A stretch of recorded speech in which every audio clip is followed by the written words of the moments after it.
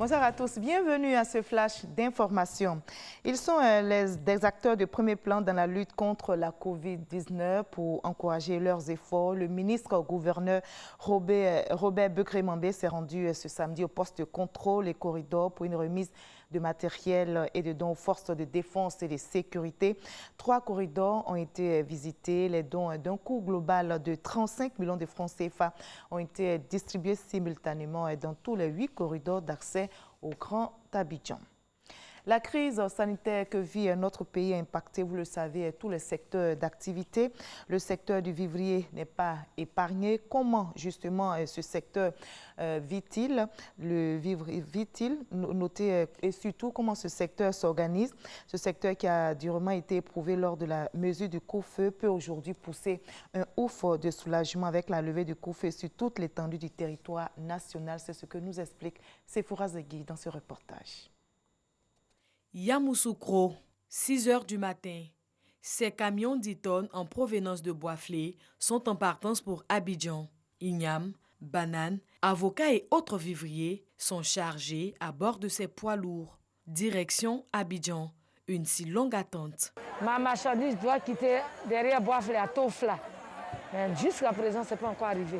L'arrivée ne sera pas prévue avant midi. Ces poids lourds, comme on les appelle, sont source de vie dans une période fortement perturbée par le coronavirus. Mariam peut boire du petit lait lorsque le poids lourd pointe le nez.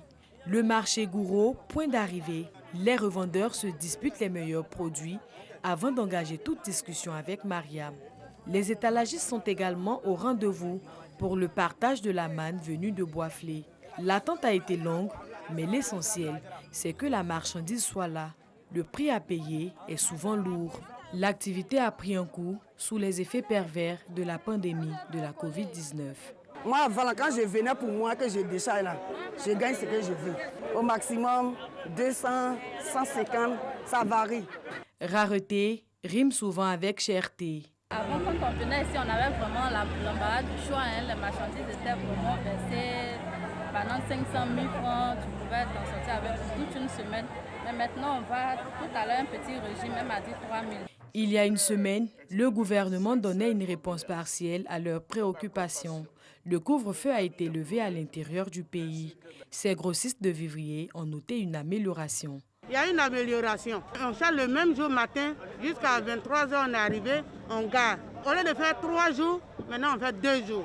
À l'issue de la rencontre du Conseil national de sécurité qui a eu lieu le jeudi 14 mai, les doléances de ces commerçantes de vivriers ont eu un écho favorable. Levée du couvre-feu dès ce vendredi 15 mai sur toute l'étendue du territoire, une nouvelle qui réjouit ces grossistes.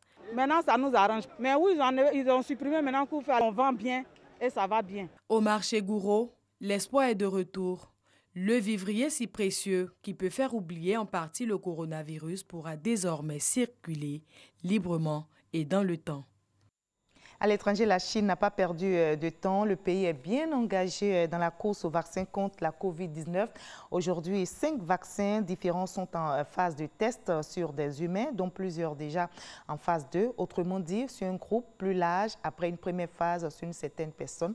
Au total, 2575 volontaires ont été vaccinés. Aucun effet indésirable majeur n'a été rapporté, selon le vice-ministre chinois de la Santé.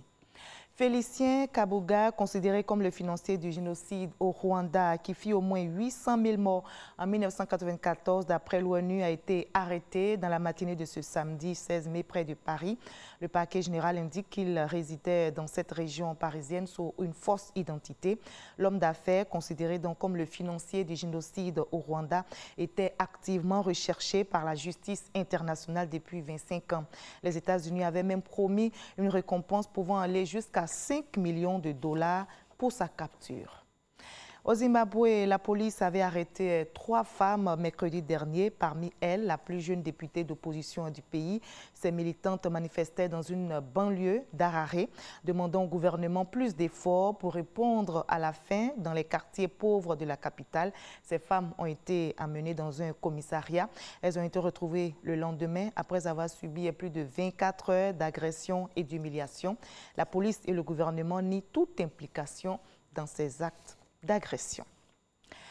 Chanteur, rebelle, rastaman, prophète, il était tout cela pour ses fans. 39 ans après son départ du monde des vivants, Robert Nesta Marley, ou Bob Marley, continue de vivre dans les pensées et les cœurs avec ses tubes qui font encore vibrer les foules. L'icône de la musique reggae a quitté la scène le 11 mai 1981. 39 ans après, le 11 mai 2020, ses fans lui rendent hommage.